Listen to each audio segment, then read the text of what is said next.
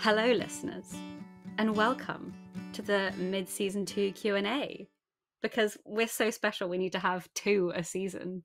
Got so many burning questions for us to answer.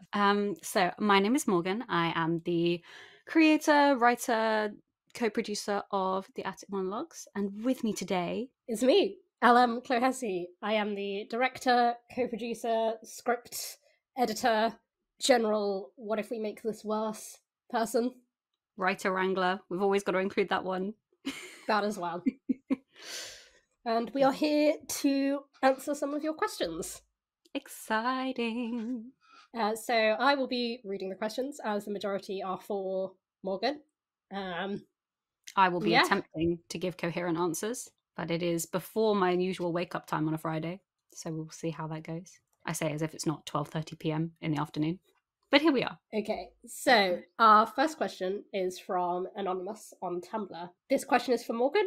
Which episode from the first half of season 2 was the easiest to write, and which was the hardest? Listeners must ignore me as I go over to Spotify to remember what episodes are in season 2A, because season 2B has been consuming my soul, only in a mostly positive way, as Elle can attest to, and she gets 3 a.m. distressing texts from me. There is one episode in season 2B, which I know is the hardest episode that you have ever written for the Attic Monologues. Oh my god. And listeners will listen to that episode and be like, what, like it's hard? And I'll be like, no, you don't understand. This episode destroyed me. This episode put us on a hiatus. This episode is the bane of my life. And it's not even that big an episode. It's like a fluff episode. It wasn't a fluff episode when I conceived of it, and then it had to become a fluff episode because, oh my god. Yeah, a little insight into the creative process there. I mean, what do you think, Elle, from your outside perspective of watching everything go down? What do you think was the easiest and the hardest to... What was the easiest and the hardest, do you think, for me to write? And what was the easiest and the hardest for you to deal with as producer and director? I feel like the first couple were very easy because you had a very solid plan of like how season 2 was going to start and like the beats that we were going to hit. Yeah, like those episodes, the first episode especially, I basically finished writing before I finished writing season 1 because procrastination is great. Yeah, so I feel like If This Be Magic and Birds of a Feather were probably the easiest because they were basically written before we'd even like cast season 2. And there was a very strong sense of, this is where the characters are. Neither of them are doing well. We're setting up the way that the season, like the first half of this season is going to go. Characters who are just monologuing to themselves are actually really easy for me to write because it's just me just rambling in their brains. So it's actually, I love it when that happens. And then they start having conversations and I'm like, God damn it. Now they have to interact.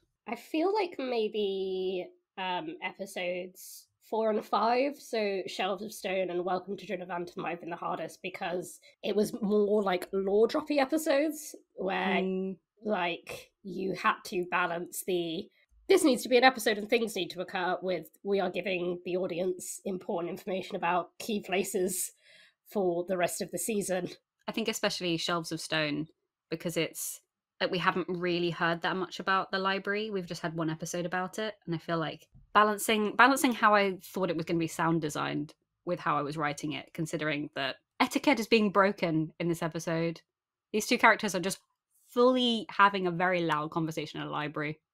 How does that work? I think also episode 30 was quite difficult for me because it's very different, if that makes sense. Like it's very sort of, the other episodes are all like, here's a monologue and here's some depressing conversations and here's like meta-narrative. And then episode 30 is like, here is action and here is real magic happening on screen. And it's kind of the first time we've actively seen magic. So, because you've got Noah just hanging about. And I feel like it's quite a shift in how the magic is perceived in the show because a lot of the rest of it is sort of very passive. And then this one is like, and now this guy's made of water and he's just hanging out over the Thames. Have fun. And I feel like it's also the episode that most berates Nyx for doing nothing wrong. So it was kind of a hard balance to walk. Because I'm like, don't worry, listener, I know that Nyx isn't in the wrong. You know that Nyx isn't in the wrong. But the author is writing this narrative and he's a horrible person. So he's going to blame them for everything. have fun. I do like that in the first half of this season, we do get a little bit more of, there are some people who didn't think being monologued was that bad. How have they been affected by Nyx removing them from their one place of solace and safety? Honestly. Enjoy! Yeah, because Yasmin's such an interesting character to me, because she's like, I just want to nap. I just want to be taken out of the like capitalist hellscape, put me on ice, and I'll come back when everything's better. And everyone's like, but it was horrible in there. And she's like, nah, I was chilling. I was just vibing. Okay, so Anonymous on Tumblr also asks, can you hint at the tone of season 2B by describing it as a sound? And I have one prepped. I mean, trees are rustling feels like... I was going to say ominous tree rustle. Yeah. I mean, is that the tone, or is that just like the plot? I feel like it's the tone. Yeah, ominous is a good way to describe the tone. Yeah, ominous tree rustling. I think that's unanimously the season 2 vibe. I was originally going to answer that question with, have you seen the screaming cat meme? Yes. Yeah, I was going to answer with that. So that might be the most succinct question that we have. Yeah. Yeah. In this whole Q&A. Appreciate it now, listener, because we're not going to be on track for much longer. Okay. Dear Morgan, what houses, locked tomb houses, would each of the characters be from? And this is also from Anonymous on Tumblr. Anonymous is really getting it in today. Ooh, this is a great question. There's too many characters now. Oh no. Okay, let's start with the core 4 and go from there. Yeah, I feel like I need to get my copy of Gideon the Ninth out. For listeners who don't know what the Locked Tomb is, the Locked Tomb is the name of the series given to Gideon the Ninth by Tamsin Muir. It is a book series that we've covered a lot on our sister podcast, The Hidden Bookcase, and it unfortunately has consumed my entire soul since I first read it. And then I made it consume everybody else's soul. I gave it to Elle for her birthday, and it consumed her soul. I made Sorren listen to it. It's consumed his soul. I'm now forcing every single one of my uni friends to read it one by one. So every Podcast Society like meetup is actually just a where are you now in the series meetup, which is great. I feel like Nyx might be the 4th house. Because they throw themselves into everything and are martyrs. Young, impulsive. It's the young, impulsive, but also kind of planned with what you find out about the 4th house in terms of they want to protect people. They are trying to make targeted decisions. Trying. Even if they do not seem targeted to literally everybody else. Yep. No, I agree with that. Seth is obviously the 6th house because research vibes and scholarly vibes. And then I think probably Avery would be as well, which makes sense. I think Lola is 7th. Ooh, oh, I like that, because I was going to say 3rd because they're all very like showy, but 7th is more like the beautiful death kind of vibes, which I feel like Lola is very much in that vibe. Well, it's theatrical, and it kind of knows it's theatrical. It likes the showmanship without being as politically charged as the 3rd is. I feel like Bella might be 3rd in an Ianthe sort of way, in the she has a lot of political power. Does she know what to do with it? Not really. But she has it, and it does affect every single one of her relationships, both within, like, obviously, like, Nyx and the rest of the core 4, but also within Trinovantum. Like, we find out in Welcome to Trinovantum, episode 5, she can't move through the city normally because everything she does has a political impact. That's episode 8, I think. Episode 8. Do you agree, or...? I could see that. I can see the case for that. I feel like the 9th would be funny for Bella, though, because it's like... I feel like Bella's vibes are 9th, but she is stuck in the 3rd house. She's like, born to be a Black Vestal, forced to be a showy powerhouse. She is a 3rd-born princess who desperately wants to become a 9th house nun. Oh my god, yes. She is the... I was about to say the Harry Anthe of our hearts, but no, that's a very unhealthy relationship. We do not ship. She is the Corona Beth Gideon ship of our hearts. I think jumping off that, Regina is 2nd house. I was going to say 2nd. I was wavering between 2nd and 8th. I feel like 2nd because it's less of a devotion to a god and more a devotion to a cause. Yeah. And the whole, I am inflexible because I am correct. Yeah. Oh my god, yeah, actually. She's so Judith Luther coded. I love that for her. Yeah. She's like, I am correct and I will make it everyone else's problem. Exactly. I feel like Ambrose is fifth. Yeah, he's very protective. Yeah. He's very sort of like fatherly. He's a bit of a nerd. But there's also like... He's out here psychopumping the main character. Exactly what we need. Raven is Blood of Eden. Raven's not even in the houses. Raven is a terrorist. But we love that for him, you know? And Blood of Eden isn't entirely wrong. It's actually mostly correct, to be honest, at this point. So, you know, he's a little confused, but he's got spirit. Do you think we've covered enough characters, or are there any others we missed? Which fan favourites have we missed? Agatha. I feel like Agatha could be third. I feel like she's just like, I don't know. I feel like she's very sort of like, and now I'm doing what I want. Here we go. So maybe Agatha's third. In like a very different way to Bella. I feel like she's between third and fourth, because I think there is an element of she's fourth who survived the war TM and is now recovering on the third and has to get on with it. Yeah. And of course the author is God. Yeah. Yeah. Yeah. John Gaius, my behated. Alternatively, Agatha is Mercy One. She is, though. I'm not wrong. It's a really upsetting thing. No, you're correct. You are correct. And we won't elaborate because that will get too much into spoilers for Harrow. So for all fans who have never read The Locked Tomb, I hope you enjoyed this segment. We had a lot of fun. I might put timestamps where you can ignore it, but we had a lot of fun. This is the overlapping of two very special interests. We're going to get DMs being like, I can't believe you missed this character. I can't believe you do this to me. Come at me on Twitter or something that's not a heinous hellscape and I will reply. I will tell you about your favourite characters. Or on the Discord, which we have a Discord. Everybody go join the Discord. It's a lot of fun. Okay. So for you, Elle, the question is, do you have any tips for someone looking to get into directing audio? And how does it differ to other forms of directing if you have experience in those?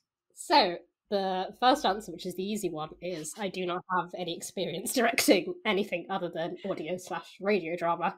If you're looking to get into directing audio, I got into it through Radio Society, so the at the University of Exeter. Morgan has just hissed. The Radio Society had a fiction division, so I joined them in my first year, did some like sort of writing pieces for them, and then started directing. And so that was kind of my first taste of it. And then through that, I met people like Joe, not our Joe, a different Joe. The Joe who bullied me into starting this podcast. That Joe. Like it's affectionate. And then Podcast Society kind of spun out from that, and so I did a bit more directing through that. If you're looking to start from complete scratch, I would say, look into things like any societies at your uni that are similar, or keep an eye out on socials, especially like anthology podcasts, like Tranthologies will be looking for directors, and you can always just reach out to people if you see something that you like and are like, hey, I would really like to get into this. Just see what happens. Yeah, especially in the indie world and like the unpaid indie world, it's very easy to just be like, I have no experience, but I have a lot of passion. And they'll be like, yes, please, that's what we need here. Yeah, if I can add my 2 cents, I got into directing through watching you. So the best way to learn how to direct is to voice act or write and then watch a director do it and like take little tips. So I took tips down about how you direct, and I took tips down about how Joe Leyland, who plays Ambrose, directed a play we did at uni together, and I kind of just amalgamated my styles from the two of you. Oh, and also my beloved director Sorika Harris, who did a bunch of cool stage stuff when I was in uni, and the 3 of you have just melded together and gone, this is my directing style. So genuinely watching to learn. Watching good directors and being like, aha, I'm stealing that one. I think as well, it's really good if you are a writer or actor to watch a director so that you can become a better actor or writer in terms of, for instance, from Morgan and I working together, Morgan now puts more scenes in so that I don't have to create 9 different subsections of a scene. And as an actor, if you watch how somebody directs, you can kind of tell, especially if you work with them quite a lot, what tone they're going for or what they mean when they give you feedback. Yes. That might be the most technical question we're going to answer today. Look at us being experts in our fields. The next is from @Izzy_KH on Instagram. What's your favourite line in season 2A? And if you can reveal it, what's your favourite line in season 2B? Okay, I've got my first from season 2A. I think this is definitely one that like stuck out to me when I was writing it. And it's in What's in a Name, season 2, episode 8. And it's from Valentine to Bella. And it's, I think you have a lot of power you've never tried to use. I think you could do anything if you wanted to. I mean, that is a good one. Yeah. Like, it's very, that speech really sort of changed how I looked at Bella. And I hope changed how the audience looked at Bella. Because you meet her from a very non-Trinovanti perspective. And especially the whole of season 1, you get her from Nyx's point of view, essentially. So you get a very sort of like soft, quiet Bella. And then season 2, obviously, you get her in her own perspective and she's fucking feral as shit. We love that for her. But then again, to see her from a native Trinovanti perspective, and she is a princess, essentially. And even if she doesn't abuse that power, she has that power and could use it. And I think it's just an interesting shift in the perspective of Bella that I hadn't sort of registered when I was creating her. And then writing through that perspective, I was like, oh, interesting. Soup. Good soup. As well with that line, there's kind of this implication with, like, Bella has all of this power. It's like, okay, she's not abusing it, but she's not using it for good. Yeah. She's kind of doing the, I can be princess in absentia, and therefore I don't need to take on any of the responsibilities.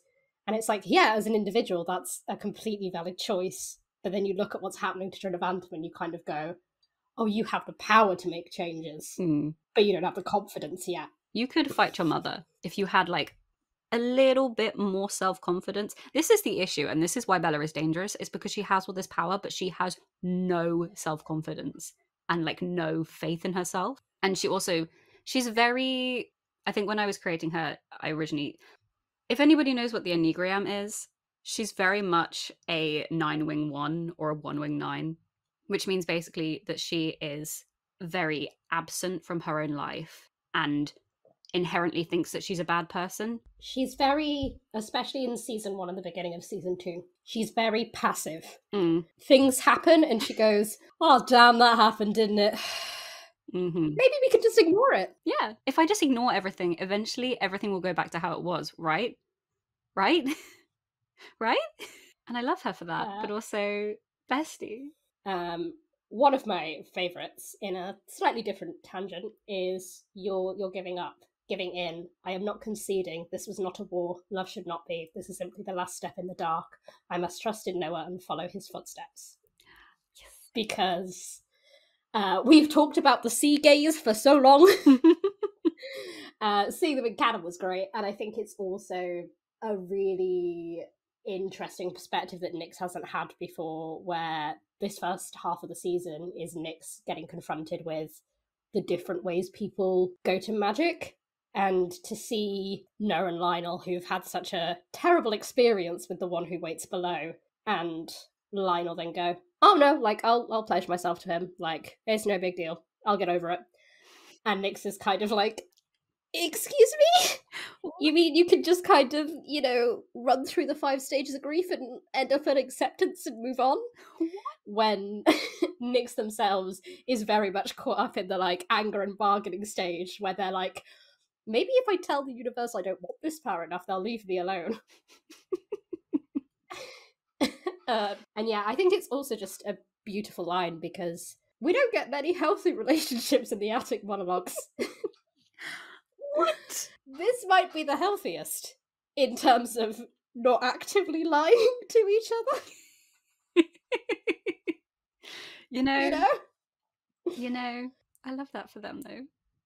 They're just sad sea gays. Do you have one from season 2B? Yes, I did find it. I am gonna give you 2 lines because I love this interaction so much and I love them. I had to debate because this is so far for context to the listeners.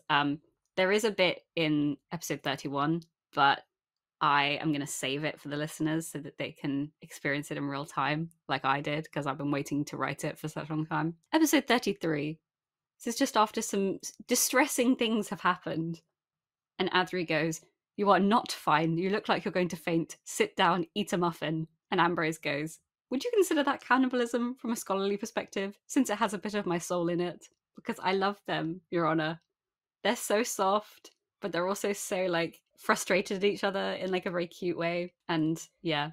The blueberry muffins are very important to me." From that same episode is my favourite current line, which is towards the end of this scene. "So, I will make one of the biggest sacrifices I have ever made for you.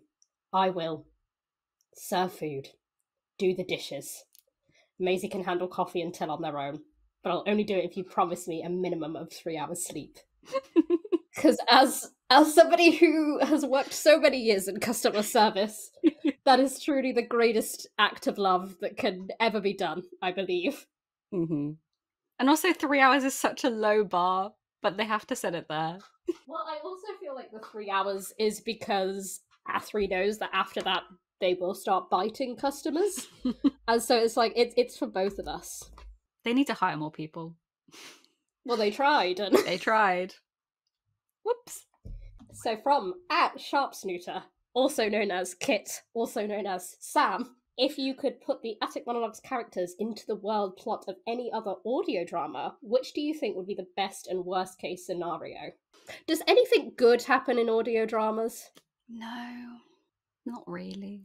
You know what? Best case scenario, victoriosity.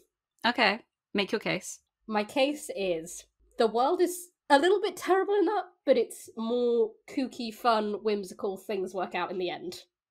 Like, it's what Trinovantum wishes it could be. Yeah, it's very sort of like comedy-esque. Yeah. More focus on the comedy than the horrors. Yeah. It doesn't fully make sense, but you can kind of roll with the punches. And if you are self-aware enough to know that you are in a whimsical comedy, things will work out for you.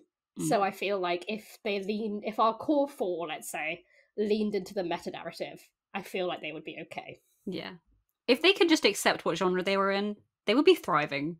Imagine an AU where Nyx is like a proper protagonist and is like knight in shining armor, everything. They could have so much fun. What do you think the best case scenario would be? Best case scenario.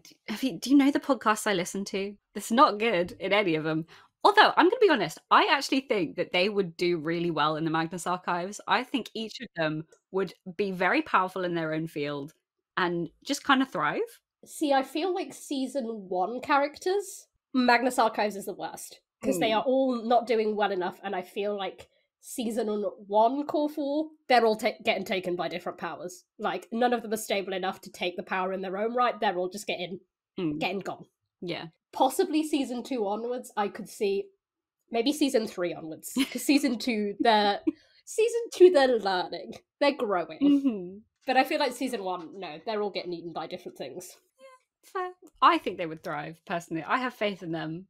Did they get eaten, but like in a way that they got spat back out again? I don't have that much faith in them, unfortunately. Fair. I feel like they could thrive in Hello from the Hallowoods as well. I feel like post-apocalypse, when they can go a little bit feral and be a little bit eldritch, they could vibe. Yeah, I feel like after the world has ended, they'd do fine. Because they'd be like, oh, it's chill. We don't have to worry about being mentally stable. Everything has already gone to pot. I agree. I think worst case scenario is something like Mabel, because Nyx and Bella are already so codependently messy. And Mabel is like, hey, what if we did that but put it in the Fey realm and made it worse? So I feel like, I don't know, I feel like they probably like do well though in the end. They go through the horrors. The Silt verses though, I feel like they would be sanctified so fast. They're not having a good time in the Silt verses. No one's having a good time in the Silt verses. No, well, that's true. But the Cairn Maiden is having a good time. We love that. So, from Sorren Briarwood, also known as Sorren, our co-producer and social media wizard. Yes. which Attic Monologues character would you each most and least like to be stuck on a desert island with? I have two people for most that are diametrically opposed, but I would want to be stuck on the island with them for different reasons. Okay. So I'll go with the more obvious one first, Mm. which is Ambrose, because I think he's very good at keeping a cool head. He's very good at kind of making the most of the situation that he's in. My wild card is Regina, because she would get us off the island. Yeah, that is fair. We are getting off that goddamn island. I'm not having a good time with her, but we're living. We're gonna live. I would argue that Ambrose falls apart very quickly on a desert island. That man is scared of the dark and has agoraphobia.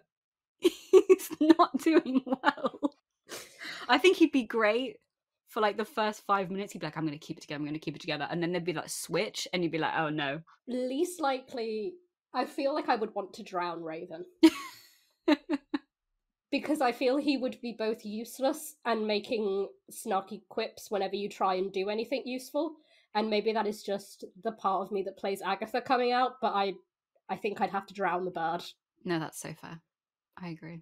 I think I would like to be stuck on a desert island with Valentine. They're very put together, very sort of know what's happening, very like they know their boundaries, they're figuring things out, logical. They are the most put together adult that we've seen so far. Yes. Least amount of trauma. At the moment. Currently. Least like the author. I feel like he would whinge in the same way that Raven would whinge, but it would be less funny. I feel like he'd be stomping around being like, you put me on a desert island? I'm a god. What do you mean? When I get off this island, I'm going to kill you. And then he'd just sit and write angry letters to the editor, which he can't send anywhere. It's my hot take. I can see that. I can see that. He's a terrible little man. And I love him. So from @KGP Sheedy, question for the writer and the director: who is the most difficult character? I'm expecting a different answer. Difficult in what way? This is easier for you, because difficult for the director makes it sound like I'm adding cast members. Yeah, difficult to write, difficult to conceptualize. I'd say difficult to write. Most annoying, just most like problematic character. This is the debate. Let's go with most difficult to write for you. It's gonna be a wild.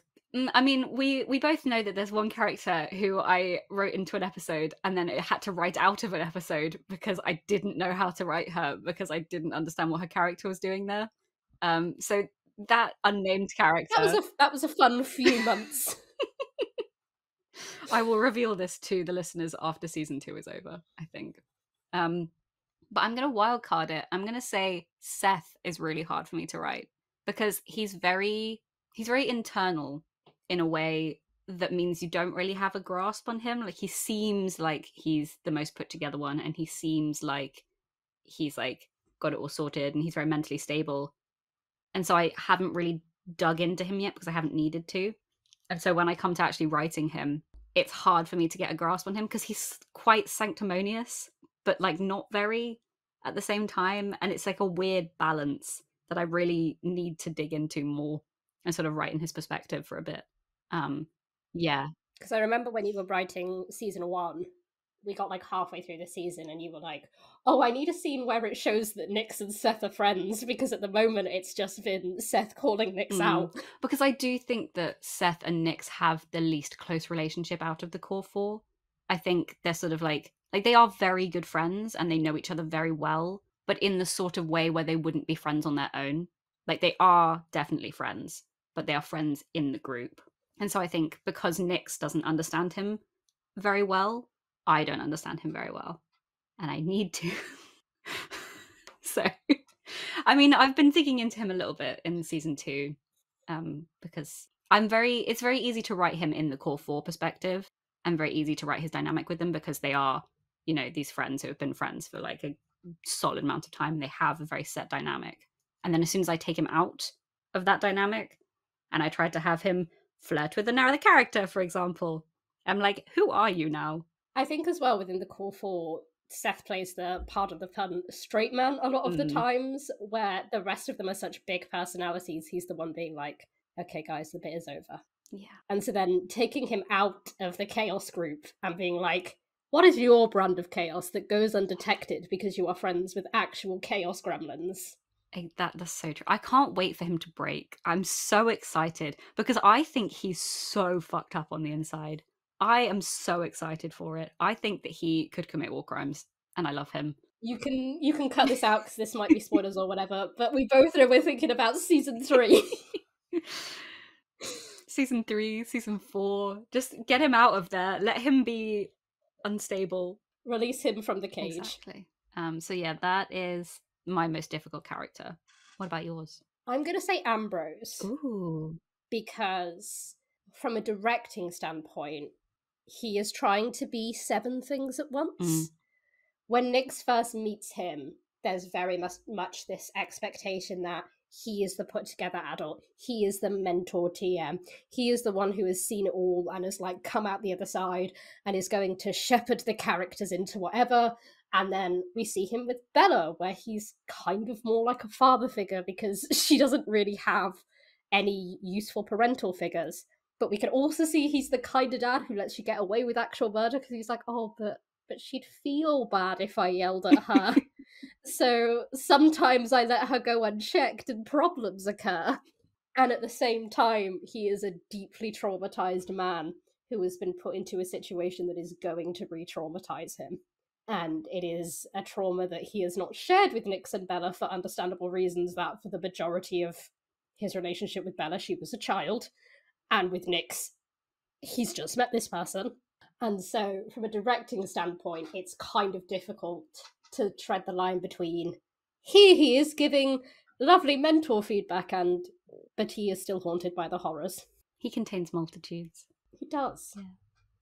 I love him. Again, from KDP Sheedy, now that you are so far into the production, what are one of 2 things you would have done differently at the start, knowing what you know now? Is it weird for me to say nothing because we had to make those mistakes to get here? I was kind of thinking the same thing, where I feel like if we changed it, we wouldn't get the same product, if that makes sense. I think I answered this question in season 1, and I said, oh, we should have written more of the show before we started releasing. But actually, with the way my brain works, I need to work to a deadline.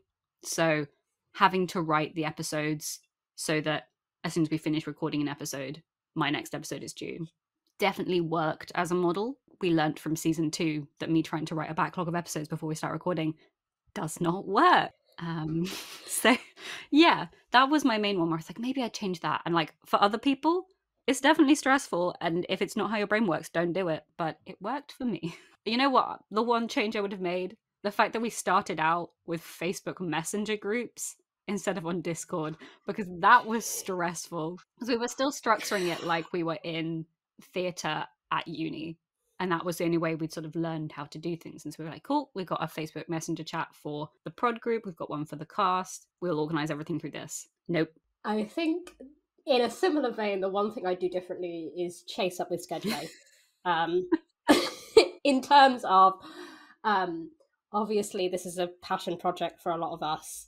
People have a lot of things going on. Sometimes you do just need to give people reminders that, hey, we're recording next week or tomorrow or whatever, so that you avoid some of the last minute stresses that can occur. The number of things that fall out of my brain, honestly. I need to be reminded regularly that things are happening. If it's not in my bullet journal, I don't remember it exists. From @octo_tune on Twitter, I just caught up on all your stuff, and holy shit, it is so good! My question is, did Nyx's offhanded comment about the death of the author mean anything? Did the monologues change by interpretation?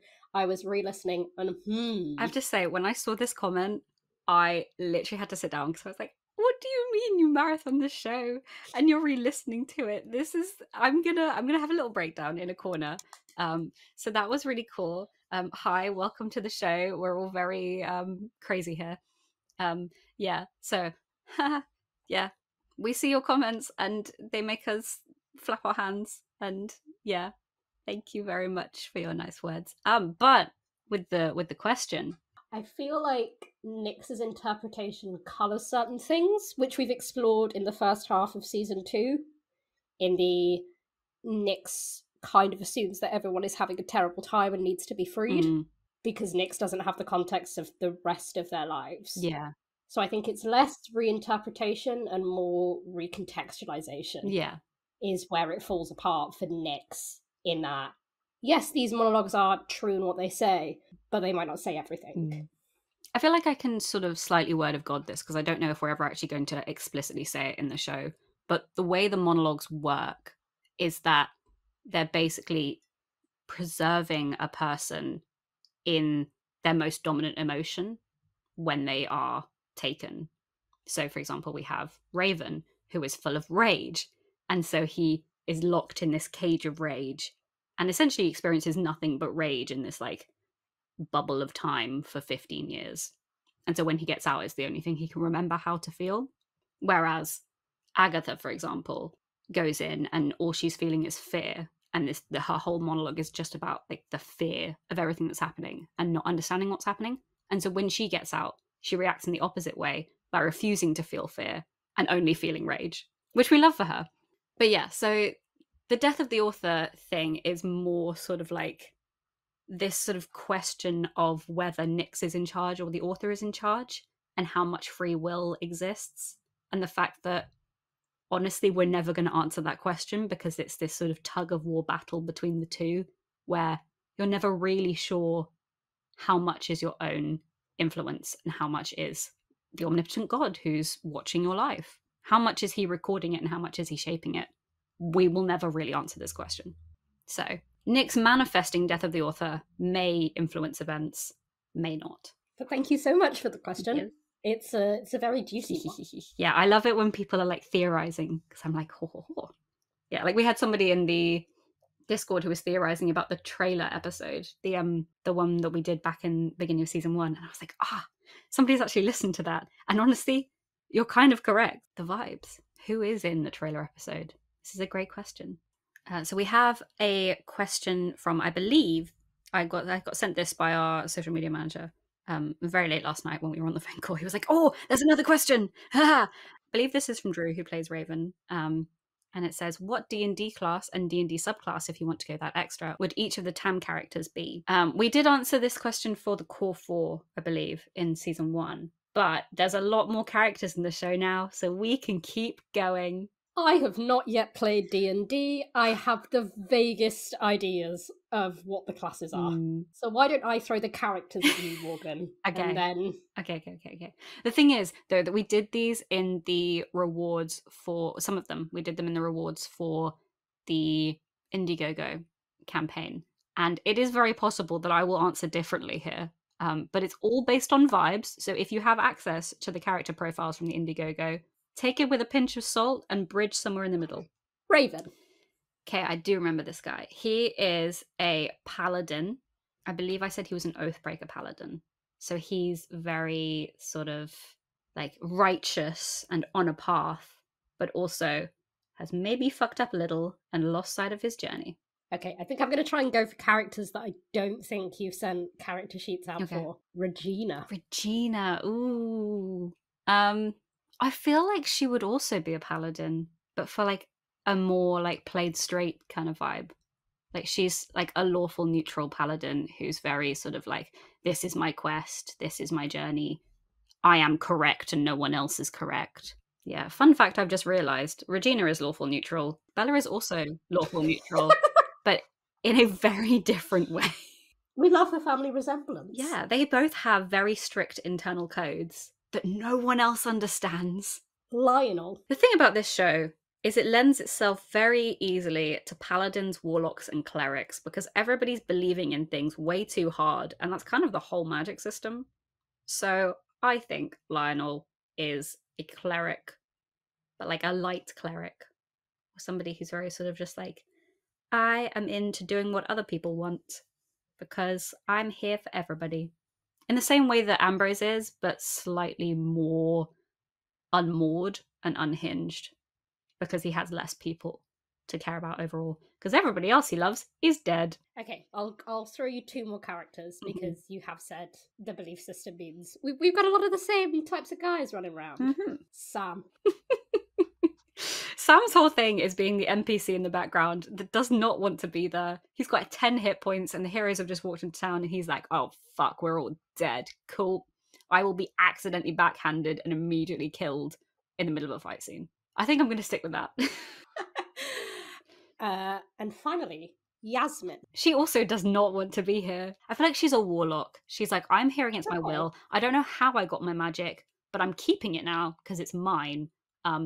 Will it come back to bite me? Probably. I should really find out where this is from and what deal I made, because I don't remember making a deal, but here I am and I have magical powers and that's cool, I guess. I think she's a warlock. I think she's a warlock of Great Old One or the Fae or the Raven Queen, actually, because she's just like chill vibes. Oh yeah, I think warlock of the Raven Queen. I believe them. That is all of our questions. Thank you to everybody who contributed to our Indiegogo. It is quite literally allowing us to make the show and compensate our VAs and our behind the scenes team. Please consider joining our Patreon if you want to continue supporting us. Help us to pay people more, help us to pay particularly the prod team, because Morgan and Sorren are not yet making any money from this, and we would love to try and compensate them for all of the hours that they pour into the show. The Patreon has some very sexy things on it. It has author's notes that I write for every single episode, just about a page of me just rambling about how I came to the episode, random little funny bits from behind the scenes. I get really intertextual and I'm like, this is a reference to this. And here's the research I was doing during my degree that inspired this. Because a lot of this is inspired by my degree in parts. And we also I do episode playlists for every single episode. There's the unedited scripts, which have some spicy spoilers and things like that in there that I did have to edit out of season 1, because there is a bit in season 1 episode 13 just before the fire alarm goes where the script genuinely said Bella is about to tell Nyx about magic, and then the fire alarm goes off. She's like, this is my final chance, this is it, I'm gonna say it. And I did have to edit that out of the original script, but it's back now. After the reveal, I put it back in. So many things. And then there will be soon bonus episodes, such as the actors of the monologues characters reading out their own monologues with some spicy sound design in there. So all to play for on the Patreon. It's great. And thank you to our current patrons, because I love you dearly. And it's kind of crazy to me that you're here, but you have a space in my heart. A very big space. And also, please, tweet about us, tag us on Instagram, talk to us on Tumblr. We love hearing from you guys. And spread the word so that more people can find out about this. Specifically at us, because we love to see things all the time. Like, I am never gonna not look at messages, except when I miss them, which is fairly often, as many people will know. But also, because if you just say the word the Attic Monologues, when I try and search it, I get so many results about that bloody monologue from Little Women where Joe's in the attic, or I get stuff about Flowers in the Attic by Virginia Andrews, neither of which I've actually read or watched, which I'm just going to out myself now. So I'm scrolling through very confused, and then I'm like, oh, the Attic Monologues. Please at us or tag us or use our hashtag, because I'm very confused. Thank you all again for listening, and enjoy season 2B. Yeah, season 2B will be coming this summer. It's a doozy, I'll say that much. We've had a lot of angst already and a lot of good character moments and some amazing acting. Every time I don't make it to a recording, Elle messages me and like, you're not ready for this, oh my god.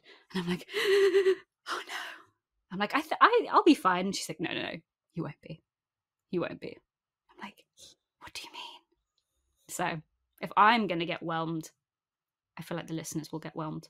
So yeah, join us soon. And there will be some more bonus content on the feed in between now and the release. And we will hopefully have a release date for you very soon. Thank you for listening. Goodbye. Bye.